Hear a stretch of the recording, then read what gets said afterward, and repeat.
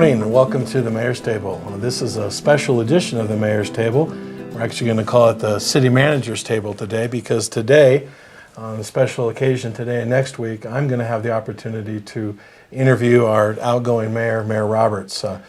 Mayor, your term ends on March 12th. That's coming up pretty quick. Not many days left, and it's bittersweet in many ways for me. Yeah. I'm going to miss the responsibilities that go with the office of mayor, and I'm going to miss the people, many of whom have become good friends as well as professional colleagues.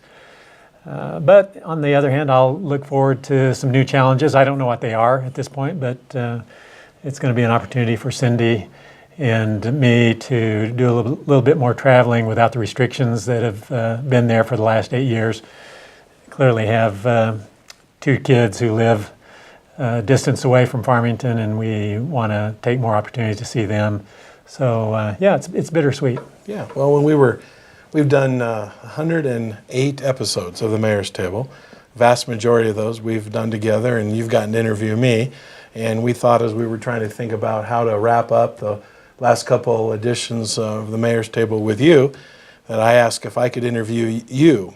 And the reason I wanted to do that is I really want to spend some time with our viewers really reminiscing about the last 8 years and the extraordinary and significant accomplishments that have gone on. And I knew if I needed to interview you because I need to set this up where I can get you to talk a little bit about these accomplishments, because you're not one that likes to take credit and you're embarrassed by that. And I know you fully recognize that everything that we've accomplished is a team effort. Certainly, administrative staff and the other elected officials have certainly had a huge part. But the fact of the matter is you have been the mayor, and you have been the key leader that has, in many cases, really stepped up and provided that leadership that's pushed some of these things over the finish line. So, well, I appreciate that, but I also recognize that the key players in everything that's done in providing the services to our citizens that we provide are the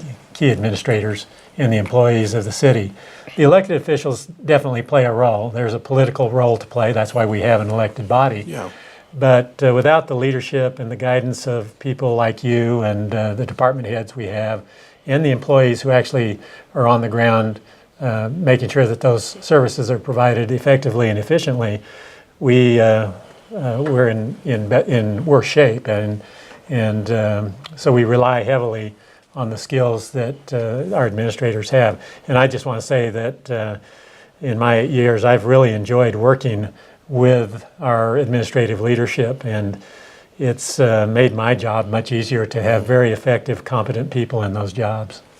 Well, I appreciate that, and I certainly echo the appreciation for all of our frontline employees and what they do day in and day out, and of course our other elected officials. But nevertheless, you agreed to let me interview you regarding some of these accomplishments that I really think our viewers will enjoy remembering back on.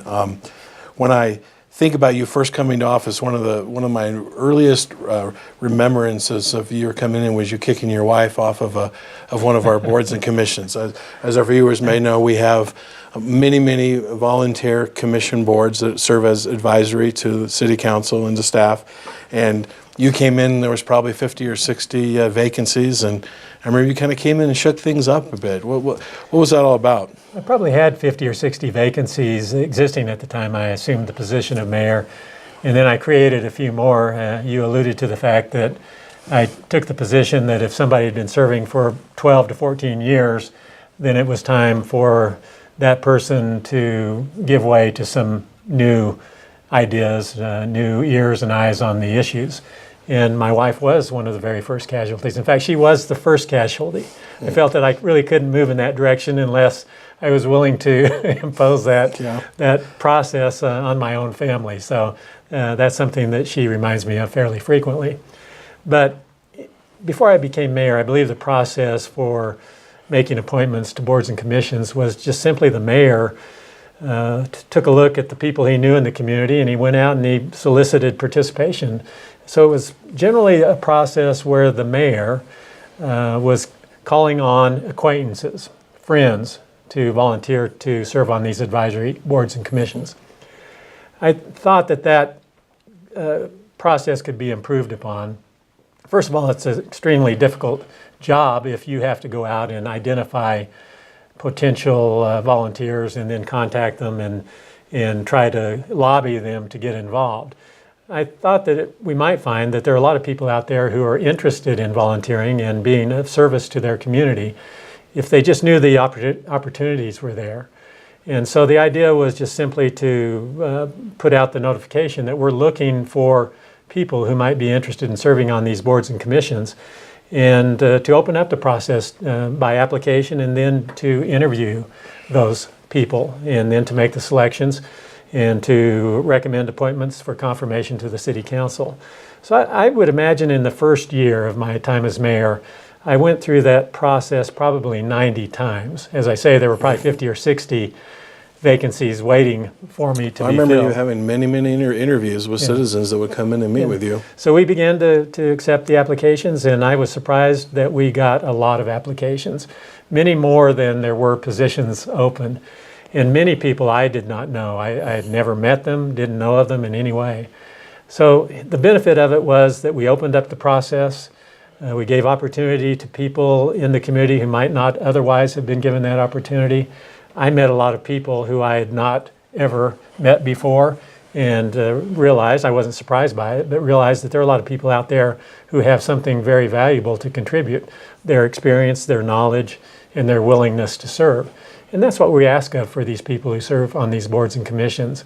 And so, you know, everyone who applied, I scheduled an interview with them, and I can tell you those interviews don't last just 10 minutes.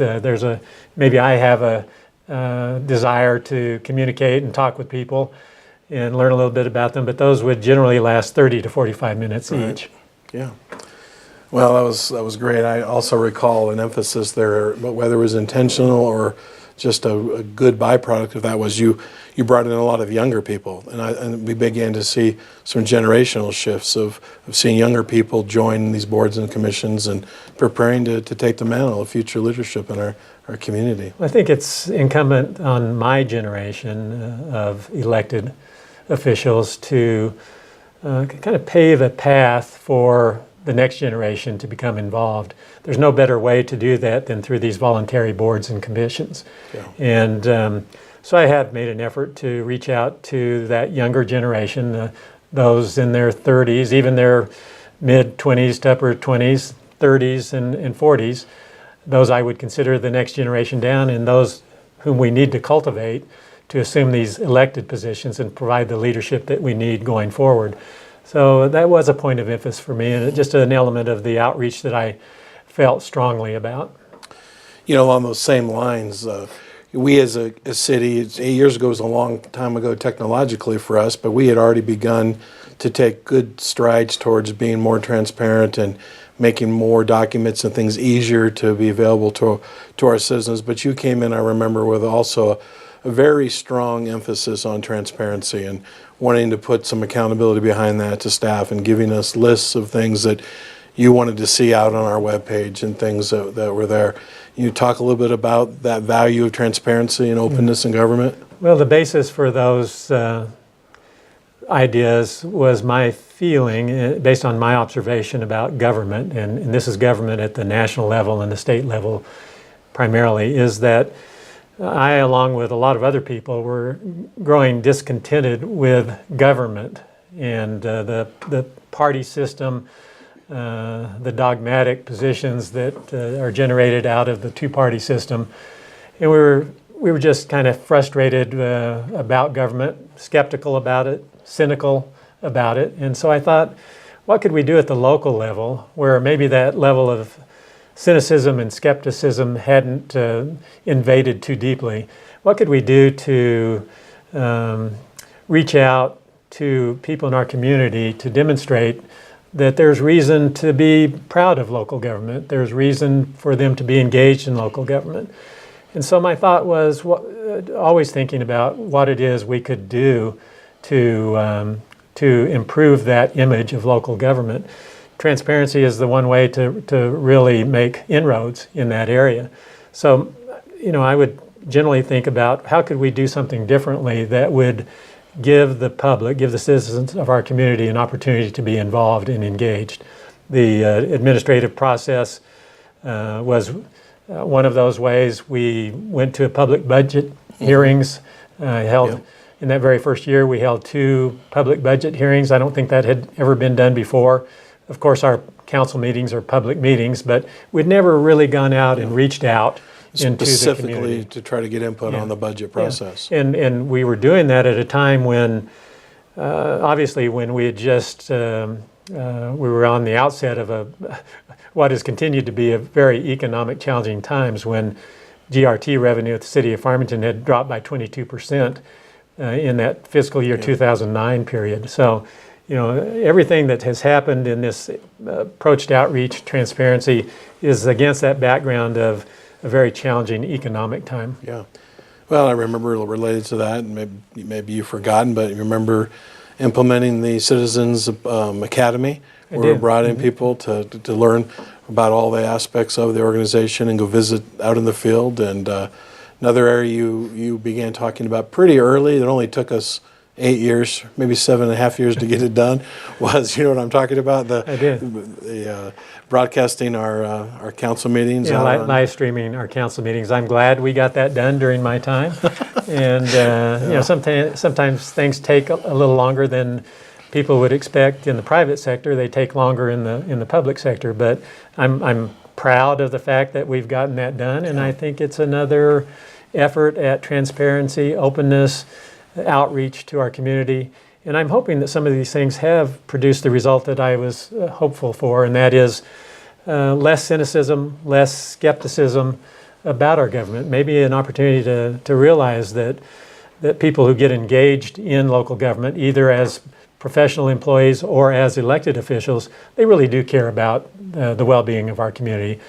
I don't know many people who I've met in elected office who have sought that position out of any self-interest. It really can't be that to be very effective, and that's a very shallow approach, and I think people see right through that. I think people can detect when somebody's sincere about their approach to doing a job or doing some kind of a project or providing a service, and I'm hopeful that came across with our efforts in transparency. I think some of the other outreach that I tried to focus on was creating the Minority Issues Roundtable Discussion Forum. And that was born out of my thought that there are many people in our community who feel disenfranchised and feel they've never had an opportunity to be engaged in the political process or the governing process. And generally they are minority group interests. And so I thought, how can we deal with that issue? And the idea came, well, why don't we just create an informal discussion venue? We'll kind of create an open invitation environment there. We'll target some representatives of minority interest groups in our community, but we'll let it grow as demand might increase for that kind of venue. And it turned out that for the last 7 years, every other month, we've had a luncheon meeting with anywhere from 8 to 15 people who are generally representing minority interest groups. And it's just been an informal discussion where they have an opportunity to meet with the mayor of the community, talk about any issues that they see that may exist in the community, and just have a dialogue. And each of those times we met, we'd have a formal program that might deal with some aspect that would be of interest to minority interest groups in our community: policing, economic development, housing. You know, we probably had at least 40 of these discussion forums over that 7-year period of time. So we had a lot of different subject matter. And I found that people really appreciated just the small gesture of an invitation to be included. Yeah. People didn't attend every time, but a lot of people attended regularly, and they might miss 2 or 3 meetings, but they'd come back. And as we had the last one of those in January, got a lot of positive feedback, and a hope that that kind of forum or something similar to it would be continued into the future. Yeah. Well, on that idea of engaging the public, let's not forget the establishment of the Mayor's Table. This program right here, when you first brought that up 100 and 9 episodes ago, I was skeptical as to what kind of penetration we would have, and I think it's exceeded both of our expectations in terms of hundreds, in many cases thousands of views on the Mayor's Table. So I really commend you for that. It's given us an opportunity to take our message directly to the people, so I appreciate that personally. Well, we tried some other things that I think were successful, but the outreach was limited in scope. You mentioned the Citizens Academy, and we did 2 of those academies, and in each one there were 15 people. So the 6-week program, you reach 15 people, total of 30 people in the 2 academies that we conducted. I enjoyed them, and I think the people who participated in them enjoyed them and learned from them. But we didn't reach out to a lot of people. Mm-hmm. And then we tried these town hall meetings, that concept, and you'd get more staff people there than citizens, but we might get 10 citizens. I think we did 3 of those, and I finally realized that those were probably not productive.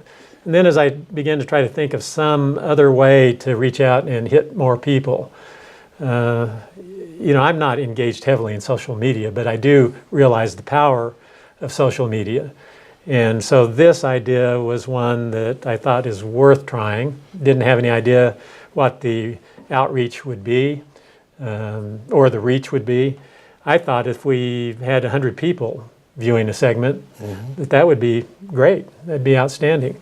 As it turns out, we've had much bigger numbers. I think we've been told that the analytics indicate that we're getting 1,500 to 2,100 to 2,500 views per segment. So that's hard to beat. Yeah, and in some cases many more when there's something particularly timely. Well, in this first part of our special episodes, we were focusing on kind of these outreach initiatives, and the fact is we covered half of the significant things that we jotted down in preparation for this segment, but we are running out of time. Is there any last comments you want to add to this discussion today? No, I just think that, again, some of these ideas may have been ideas that I put out there, but the success of their implementation to the degree they have been successful, I give credit in large part to other people. I give credit to you for embracing these kinds of ideas. The budget process, the public budget process, is something that has been successful because of your efforts and your ability to communicate with people. So there are a lot of people who have been very integral and essential in putting some of these ideas into place, and I appreciate that very much. Well, class act to the end. So next week in part 2, we'll focus on projects, brick and mortar things that we've accomplished in the last 8 years as our large team and things that you've led. So I'll look forward to it. Well, thank you for joining us for this special edition of the Mayor's Table. We look forward to seeing you next week.